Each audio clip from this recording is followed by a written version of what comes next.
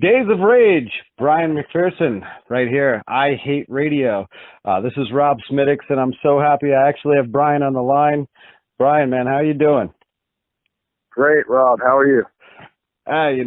Life couldn't be better. I'm talking to you. Oh. All right. It definitely helps. So, a day in the life of Bryan McPherson. I try to say it like an Irish guy. I don't know. I got the hunch that it might be a little bit Irish, being from the Boston area. Scotch Irish. Oh yeah, Irish from Boston. Awesome. And yeah, man. Speaking of a day in the life of being you, I mean, you're always on tour. That I noticed. Always out hitting the road. I mean, I imagine you're probably not even home now. Out touring right now, I imagine. And yep, I'm on the road literally as we speak, walking down the road in Indiana. Walking down the road. That's it's cool, man. When you're playing with an acoustic, you can actually walk from gig to gig. Pretty neat. Yeah, that's not what's happening. I do have to I travel with a bunch of crap, but I was just out taking some photographs and exploring the area that I'm staying in tonight. So I was out. Oh, that's right. I heard you like to. I heard you like to take photographs. Pretty cool, man. What else do you do, like, when you're out on the road and it's not gig time?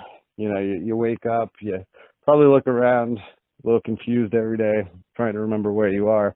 But then what happens during the day before the gig? What do you do? Well, for example, today I had off. Last night I was in Albany, Illinois.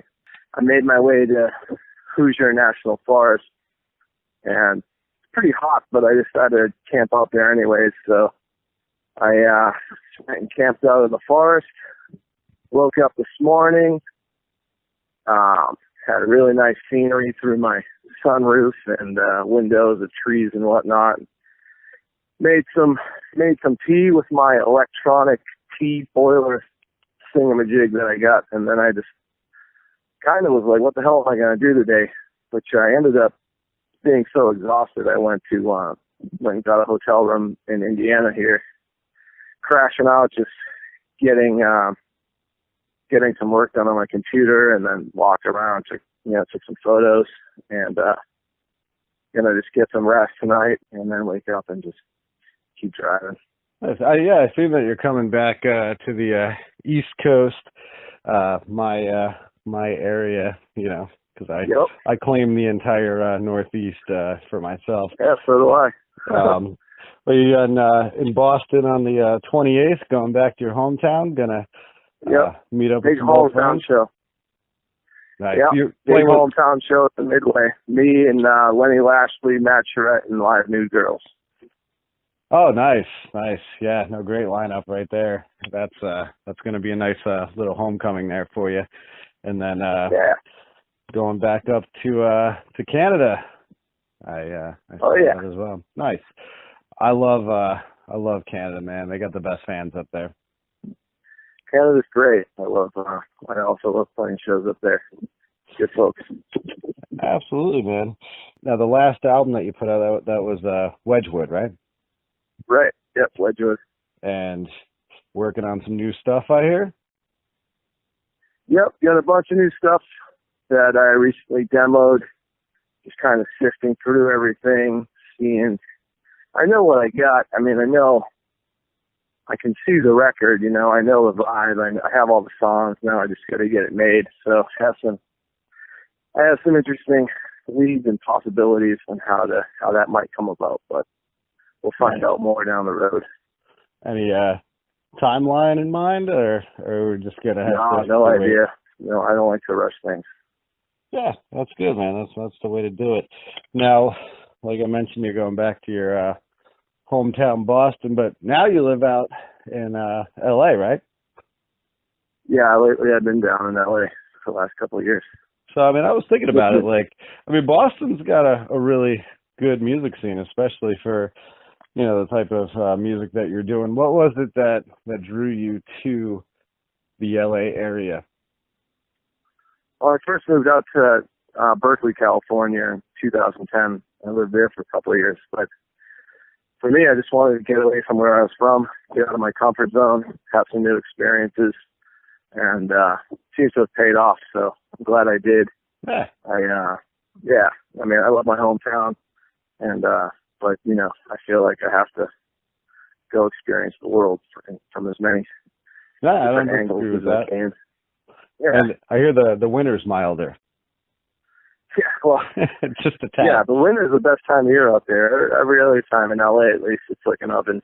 But yeah, I end up on tour a lot, so I just toured Canada in the winter, and I was in the Northeast in January, and it was pretty awesome. I mean, I was landlocked in LA for, you know, about 4 months prior to that, so it was really nice to get out and feel some East Coast winter, which is something I thought I'd never say, having moved to California, but I do end up missing that.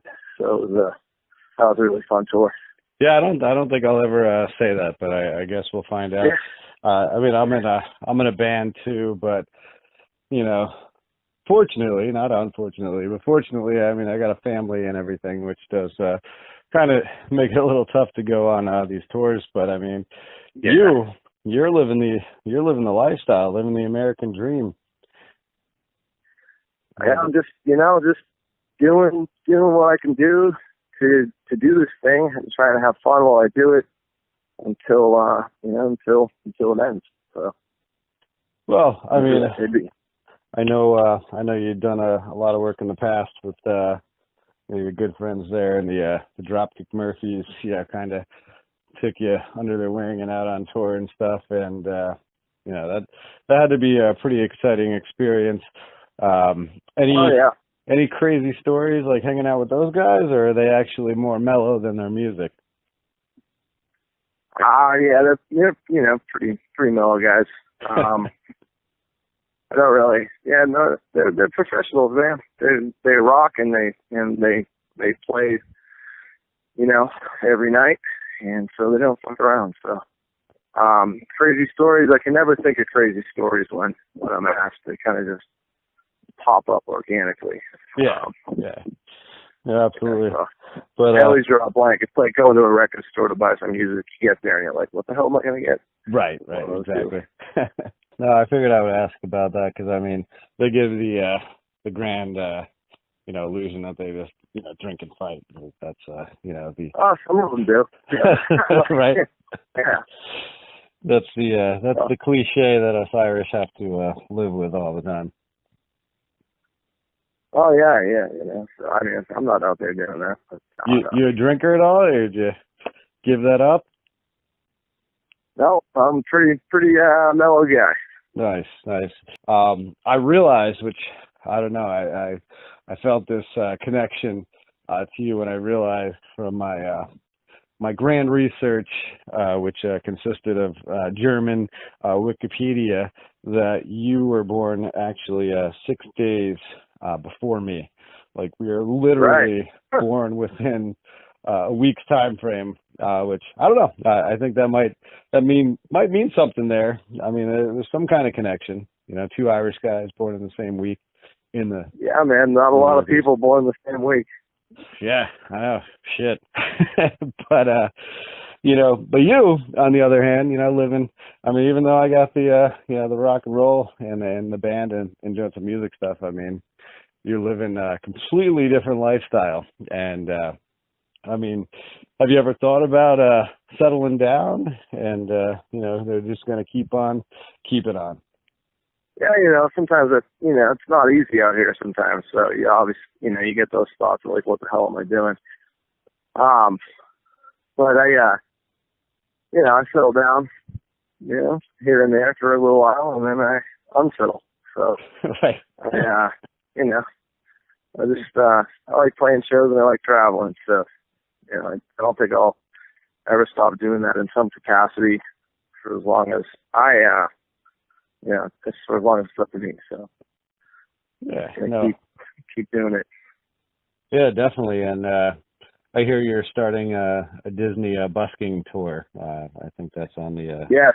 I don't know. Oh yeah. It's not on the calendar yet, but I know it's something that you're probably putting together. Yeah, no Disney shows coming up in the foreseeable future. No, I know, you've been known throughout, the years for the music being, politically charged. You always kind of had something to say. The revolution starts here, that sort of thing. Any thoughts on, the state of America at this point in time? What's going through your mind right now? Basically, this is all part of the American process. This is all, everything going on is, I don't think it's the end of the world. I think this is just America happening, and I think people need to find common ground. And I think people need to listen to what other people have to say. And they need to take into account where people are coming from. Yeah. Before people judge and condescend and think they have all the answers. I think we really need to listen to each other. Well, I mean, in our lifetime, and literally our lifetime, I can't remember a time where I felt like, the country was just so divided. Yeah, I know, it's unbelievable. And that's where I wish people would just listen to each other more instead of just kind of this constant lashing out. Yeah. But we'll see, we'll see what happens. Things are always in process. Everything's always in flux. Sometimes a situation arises that I think is a terrible thing, but it ends up leading to a really cool thing. So who knows? Yeah, it's possible. I mean, definitely hope for the best, I guess, prepare for the worst, I guess, but what can you really do to prepare? I mean, you see those exactly. See those preppers, on those TV shows, and I mean, even though these radio guys are selling like the food prep, and I'm just like, man, the bomb goes off, I don't want to live for like 3 more weeks and like everybody else did. Yeah. Yeah, I'd like the quick option out and don't need a bomb shelter, is what you're saying. Yeah, at least, we all went out together, You're not in it alone. Hey. Now, all right. I did go on to your Twitter page.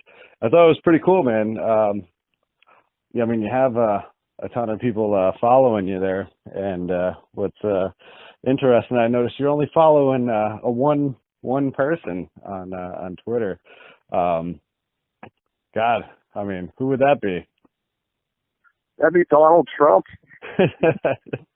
So yeah, people give me shit about that, but I just like to stay up to date. Want to see what this guy has to say. Yeah, I mean, I'm not giving you shit about it. I just thought it was pretty interesting.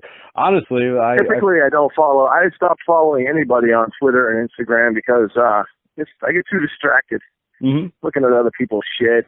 Like what the hell am I looking at? I feel obligated to. I'm like, I just can't. I just need to not follow anybody. But then I was like, you know what? I got to keep an eye on this guy. I want to hear what this guy has to say. Yeah, so, I mean, if anybody that any American should be paying attention to, it's probably him. Yeah. And the media. You need to follow both of them. The media needs the media, as far as I'm concerned. Yeah. No, they got all that supposed fake news out there nowadays. Yeah, the big problem is when Donald Trump says fake news, he's right. So it's hard for me to be like, yeah, the media is not fake. When, everybody's been saying what a crock of shit the media has been for, the last 20 years. And all of a sudden it's like, oh, they're so American and the media is blah, blah, blah. I'm not buying it. But no, on the politics side of the fact that you have written a lot of political songs and kind of gone that route, kind of leaning a different route now, or just kind of writing whatever on your mind? What do we have in store for us? You're just gonna have to wait and find out. So I think my next record is gonna be standing on its own 2 legs. And I'm not out to recreate Wedgwood, just like I wasn't out to recreate American Boy, American Girl, just like I wasn't out to recreate 14 Stories. So I feel like all my records are kind of stand on their own 2 legs, and so this one's kind of I will say this one will be taking off in a little bit of a new direction. Excellent. No, definitely looking forward to hearing some new music from you. And you're a guy, as I've noticed too. I mean, you've obviously, going on these big tours, played with decent sized bands for some pretty decent sized venues, but it's not above you to go play a house show, which is actually, I think nowadays way more common than what people think it is. I don't even think a lot of people realize that that's even a possibility. Yeah, I mean, I would rather play a house show than 90% of the other venues out there that are smaller. House shows are killer. I mean, when I book a house show through people who like my music, like fans and whatnot, we have a blast. You're right there. There's no distractions. There's no loud bar. There's no TV going with, someone yelling at the sports game or something while you're playing. There's no bullshit. It's just you and people in a room with a guitar and song. Yeah, and I fucking love house shows. Yeah, they're all there for the actual, for the music. I mean, that's 100% dedicated. And that's the roots, man. That's before there was these fucking venues and all this shit. People just played music in places, and one of the places they played was in people's living rooms. Right. So it's just a return to that. I love it. Well, man, I definitely appreciate you taking the time. I know you're a busy guy, and glad, you always find a place to crash, whether it's camping or some immaculate hotel. Yeah, Red Roof Inn, baby. Now, online, right. As you mentioned, where that's right. Hey, man, they roll out that's a different place. Yeah, we got air conditioning, so. Hey, man, it works. Where's everybody able to find you online? You can find me at BryanMcPherson.com, BryanMcPherson. I'm on Facebook, Twitter, Instagram, all that jazz. Excellent, man. And before we get out of here, man, we're going to play another one of your songs here. And you know what? I'm going to let you be the DJ today. You can go ahead and introduce it. All right. Yeah, so this song is called Born on a Highway. I wrote this song a couple of years ago when I was, out on the road a lot. So it's about being a touring artist of some capacity, but I think it's more about being a human being on the journey of life. So this is Born on a Highway.